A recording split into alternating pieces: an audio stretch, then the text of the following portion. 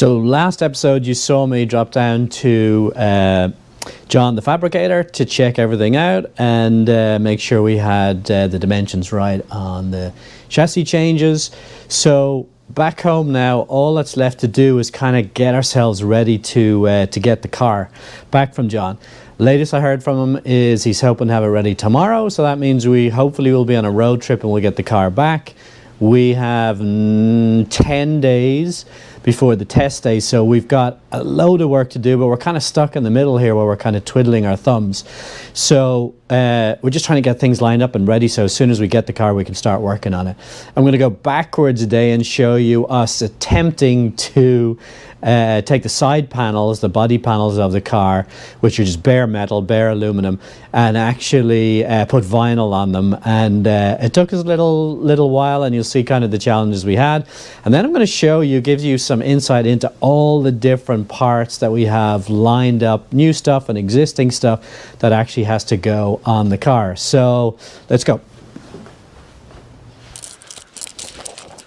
Okay, so this is one of the side panels, and they go kind of on the side of the car from the front wheels back to the main roll hoop, and they get a beating from, I don't know, stuff getting thrown off the track and off tires and stuff. And so we thought about painting them, but I know in the past when I've painted side panels they just get ruined.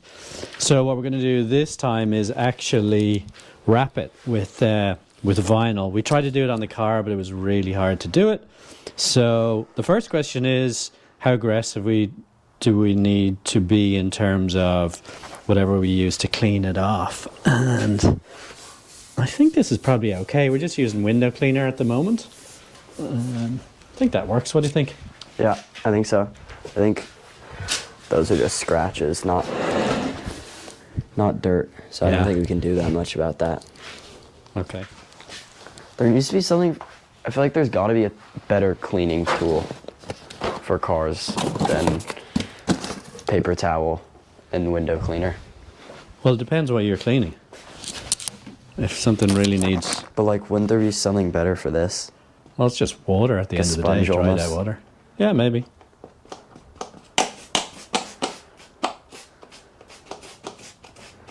It's dried out. It's dried out water. Well, rusty water, yeah. So it's rust. That's right. That's right. That's right. You want to help a brother out? Yeah.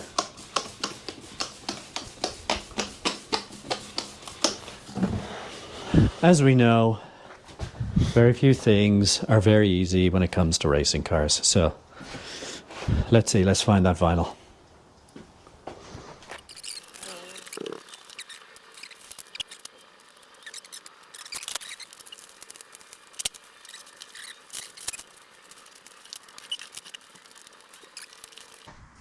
I don't think that's going to work. I can already see scratches on it.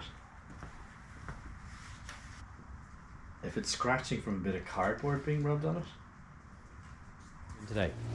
Okay, so round 2 of wrapping the side panels. So this time, instead of using vinyl, we're actually using vinyl wrap. So it's not really a sticker thing. We just have to mold it around the side panel, and then we'll heat it up, and it'll kind of just mold to the side panel. With the vinyl, we had to kind of put one end down and be really careful about kind of laying it down so there's no creases or bubbles or anything. But this vinyl is more, I guess you'd call it workable than that. Okay, so grab the bottom here. Okay. Should we not put anything? No, I can just put it straight down on it. And you should do it a little more. Okay, let's do it one more time. Keep it tight. Pull towards you. And just drop it down. Okay.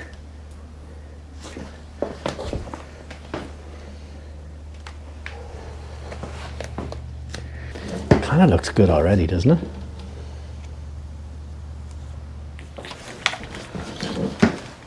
Let's play with the heat gun and just see, does it speed things up or what does it actually do?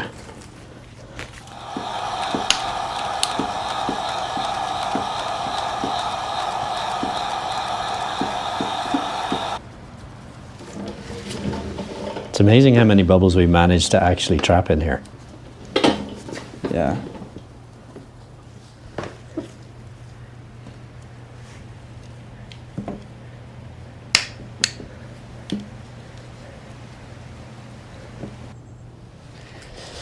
All right, that was a bit of a battle. The first one we did was, let's just say we learned a lot, but actually by the time we got to the second one, it's come out pretty good. So let's just have a little look here.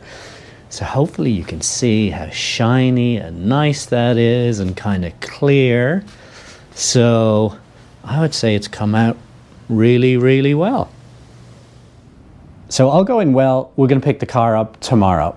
And that will kick off putting everything back together again. As I said, we've got 9-ish, 10-ish days to get everything done, as well as do work and Luke go to school and do all that stuff. So we're under a little bit of pressure, but I'm going to walk you through kind of the big ticket items we need to do. So let's follow along. All right, first things first, oil.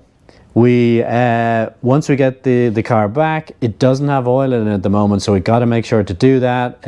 Pretty important thing. You'll notice that there's 3 quarts here. We probably need about 5, and the challenge is I can't just go to the store to buy this oil, so that's a little problem we got to solve. Next one.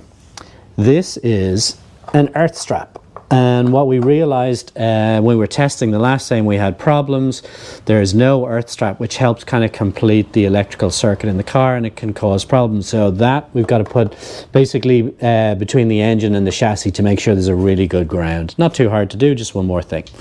And then these guys here are side panels, nicely vinyl wrapped, which is great. So that's going to be an easy one to do. Let's come back across here. Remember this guy? This is our oil expansion tank with our 3D printed holder, which is great. That needs to go on. Hopefully that will fit. Then we've got this stuff here, Viz Torque. So what is that?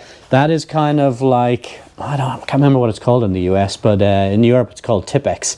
It's a little marker thing. So you put it on bolts and the nuts on the bolts or the threaded shafts. And what it allows you to do is understand if anything has moved. So that is something we just got to do. So let's come along to this end. So what is this guy here? This guy is actually not a part of the car. It's not going to go on the car. It is a holder for Hewland Mark 9 gear stack. And so we had some problems shifting the transmission, changing gears. It's a dog box, as we've talked about, something a little bit different. So we need to take the gearbox apart, essentially pull out the gear shafts. We'll lay them here and kind of do an inspection. So that's another thing that's got to be done. This guy here is our part of the firewall that sits between the driver and the engine. One of the problems is we've changed the roll hoop, and that mounts to the roll hoop. So this guy has to change. Let's go up to these guys. You'll have seen in an earlier episode, here's the sleeve that we fireproof sleeves. That's important because the sleeve actually goes through that hole here. So that's going to be an easy one to do, but it's prepped already. Then we move on to this expensive little box. This is a stack tachometer, so rev counter. This is the third tachometer we've tried on the car. Try and get it out of the box here while we're looking at it. We did borrow one of these and it worked, so we're able to understand when to shift, understand what the RPM is. So that has to go in and has to be wired as well. Let's move that out of the way. Let's go back here. Got 2 kind of small things. Let's take this one first. This tiny little spring. Why is that important? It is a backup throttle spring. If you've ever had a car, and this might seem strange, you've never raced a car, sometimes the throttle will stick open. So you'll have full gas on the car and it accelerates down the straightaway, and then you want to brake and you can't because the engine is at full RPM, and that happens sometimes because your throttle spring breaks. So this is, or gets stuck. So this is a backup one, really important thing to have on the car. And then equally important, but for different reasons. These are jam nuts. These go on various parts of the suspension to make sure that nothing moves in terms of the suspension. We realized a couple of the tie rods and different things were missing one of these jam nuts, so those guys will need to go on. And now we're getting to the really, really important stuff, and in fact the stuff that has to be done first. So look at this big box. This came back from Oregon finally, from Fuel Safe, and this is our fuel tank, or as it's known in racing, because it's actually strictly speaking not a fuel tank, it is a fuel cell. I'll pull it out of here. Okay, so there it is, all wrapped up. It has been recertified. We'll get it out of there. Probably a new sticker with a new date on it, which is great. One of the reasons it's really important that that showed up is it sits right in the center of the car. So it has got to be, it's one of the very first things that goes on. Without that, we would have been in trouble because it can't really do a lot else. But there's actually something even more important than that, which is in this box. So, small little box, open it up, and here we have something called Cerakote. So what is Cerakote? Well, or why do we even need it? That's a better place to start. Well, we need it because, as you know, we spend a lot of time getting new taller roll hoops on the car, mainly, well, for safety. One of the main reasons being Luke is taller than me, and so he definitely needed a taller roll hoop. So what we have is a chassis that is powder coated and then brand new roll hoops and a couple of extra safety bars. And so the challenge is we have powder coat on the existing chassis and then bare metal. So what do? We could just paint the new hoops and bars, but that would look kind of crap and wouldn't be particularly durable.